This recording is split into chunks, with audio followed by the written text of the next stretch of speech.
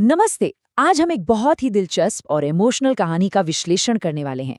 एक ऐसी क्लासिक कहानी जो हमें जिंदगी के कड़े संघर्ष, अचानक मिलने वाली दौलत और सबसे अहम नैतिक न्याय के बारे में बहुत कुछ सिखाती है। यह सिर्फ एक मामूली किस्सा नहीं है, बल्कि इंसान के संघर्ष और उसकी किस्मत का एक बेहतरीन उदाहरण है। तो चलिए इस कहानी की गहराई में उतरते हैं। जरा इस एक सवाल पर गौर कीजिए। क्या एक मरता हुआ 3 टांगों वाला गधा पूरे गांव का इतिहास बदल सकता है? सुनने में थोड़ा अजीब लग रहा होगा, है ना? लेकिन यही वो गहरा सवाल है जिस पर हमारी आज की पूरी चर्चा टिकी हुई है। ये शुरुआत में ही हमें ये सोचने पर मजबूर कर देता है कि दुनिया में बड़े बदलाव अक्सर वहीं से आते हैं जहां से हमें उनकी सबसे कम उम्मीद होती है। तो चलिए मिलते हैं इस कहानी के मुख्य किरदार से। इनका नाम है चाचा जहरान। स्रोत के मुताबिक जहरान एक बेहद बूढ़े लकड़हारे थे। उनकी पत्नी गुजर चुकी थी और वो एक टूटी-फूटी झोपड़ी में अपनी भयानक तन्हाई और गरीबी के साथ बिल्कुल अकेले रहते थे। उनके चेहरे की गहरी झुर्रियां मानो उनके असीम धैर्य और रोजाना की उस हाड़-तोड़ मेहनत की गवाही दे रही थीं। उम्र का असर इतना था कि उनका शरीर पूरी तरह से टूट चुका था। जहरान के जिंदगी में आखिर था क्या? अगर हम गौर करें तो उनकी पूरी दुनिया बस चंद चीजों तक सिमट गई थी।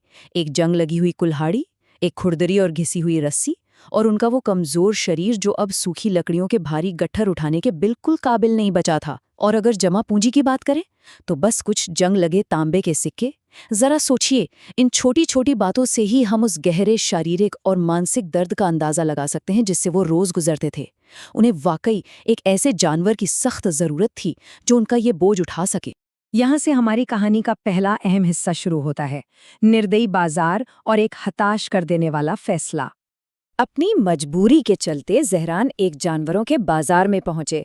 वहां धूल थी, शोर था और ऐसे अमीर व्यापारी थे जो इस फटेहाल लकड़हारे को बिल्कुल हिकारत की नजर से देख रहे थे। उनके लिए ऐसा गरीब इंसान तो शायद एक रस्सी खरीदने के लायक भी नहीं था। लेकिन तभी बाजार के एक कोने में एक चीज दिखी, और वो चीज थी टीन। जी हाँ, एक बेहद कमजोर, खारिश का मारा हुआ गधा जो सिर्फ अपनी 3 टांगों पर खड़ा था। दर्द के मारे उसकी चौथी टांग हवा में उठी हुई थी। वो ऐसा लग रहा था मानो अपनी आखिरी सांसें गिन रहा हो। व्यापारी वैसे भी उसे मारने ही वाला था, इसलिए जहरान ने अपनी जिंदगी की सारी रकम देकर उसी लंगड़े गधे को खरीद लिया। अब जैसे ही उन्होंने गधे की रस्सी थामी, बाजार के वो अमीर व्यापारी भेड़ियों की तरह उनके चारों तरफ इकट्ठा हो गए और उनका मजाक उड़ाते हुए ठहाके लगाने लगे। अरे ये बेवकूफ बूढ़ा एक चलती फिरती लाश खरीद लाया है। उनके ये जहरीले ताने जहरान के दिल को अंदर तक चीर रहे थे। लेकिन क्या करते, उन्होंने उस सारी कड़वाहट और बेइज्जती को चुपचाप निगल लिया।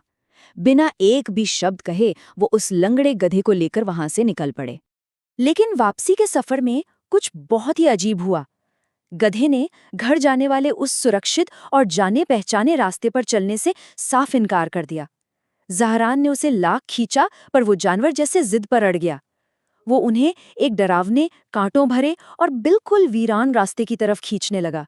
ऐसा लग रहा था मानो कोई रहस्यमयी अदृश्य शक्ति उसे उस खौफनाक बंजर जमीन की तरफ बुला रही हो। वाकई ये सोचना बड़ा दिलचस्प है कि वो गधा आखिर उन्हें किस मंजिल की ओर ले जा रहा था। अब जरा उस भयानक दिन के पूरे घटनाक्रम को देखिए। सुबह सुबह एक टूटे हुए शरीर के साथ लकड़ियां चुनना, दोपहर को बाजार में वो बेइज्जती और मजाक, और अब ढलती दोपहर में ये खून से सना, कांटों भरा रास्ता। नुकीली झाड़ियों ने जहरान के वैसे ही फटे हुए कपड़ों को और तार-तार कर दिया। कांटे उनके कमजोर शरीर से उलझकर त्वचा को छील रहे थे, खून बह रहा था। वो बुरी तरह हाँप रहे थे, ठोकरे खा रहे थे। लेकिन वो गधा, वो अपनी 3 टांगों के बावजूद चट्टानों पर उछलता कूदता तेजी से आगे बढ़ रहा था।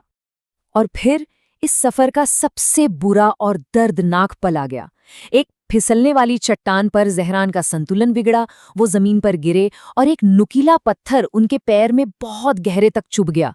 दर्द से चीखते हुए वो वहीं बैठ गए। उनकी आंखों से हताशा और बेबसी के आंसू बहने लगे। उन्हें पूरा यकीन हो गया था कि अब वो इस वीरान जगह पर बिल्कुल अकेले, भूखे प्यासे ही मर जाएंगे। उन्हें उस लंगड़े गधे पर भी बहुत तेज गुस्सा आ रहा था, जिसने उन्हें इस मौत के रास्ते पर लाकर खड़ा कर दिया था। ये वाकई उनके सफर का सबसे निचला और दर्दनाक पॉइंट था।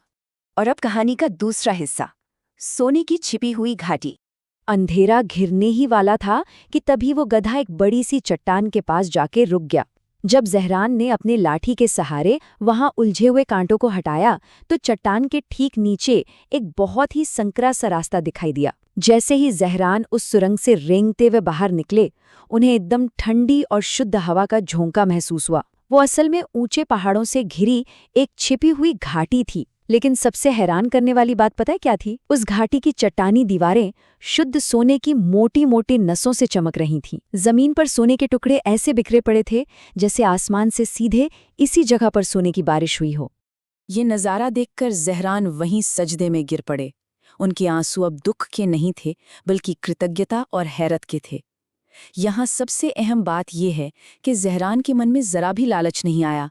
उन्होंने सिर्फ उतना ही सोना उठाया जितना उनके उन पुराने लकड़ियां ढोने वाले थैलों में आ सकता था।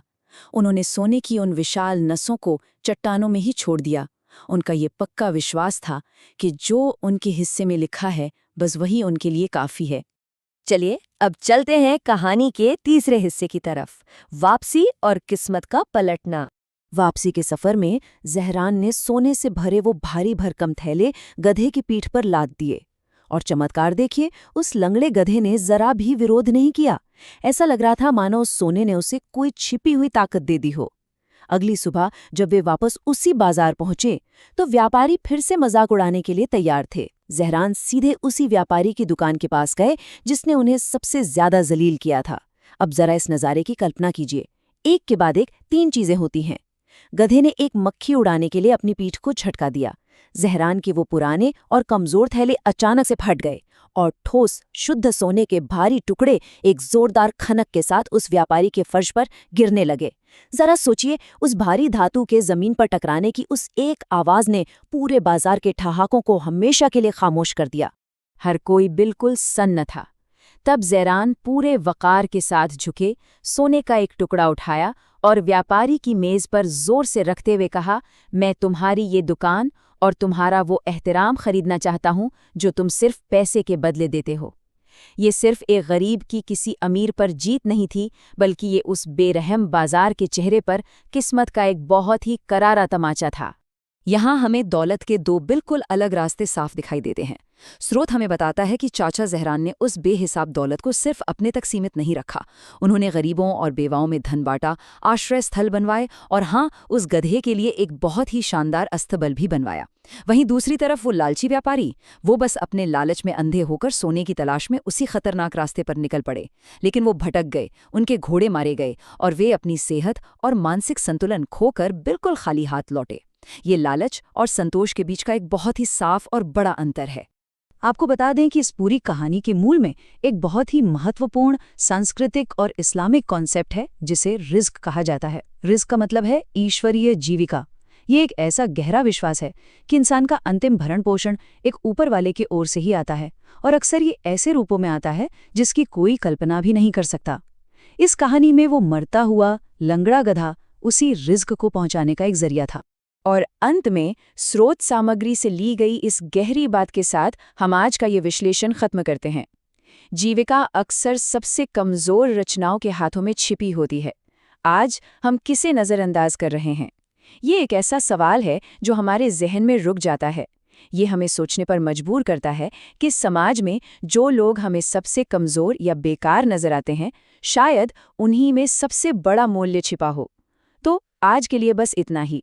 उम्मीद है इस चर्चा ने इस कहानी के हर पहलू को एक नए नज़रिए से समझने में मदद की होगी। हमारे साथ जुड़ने के लिए बहुत बहुत धन्यवाद।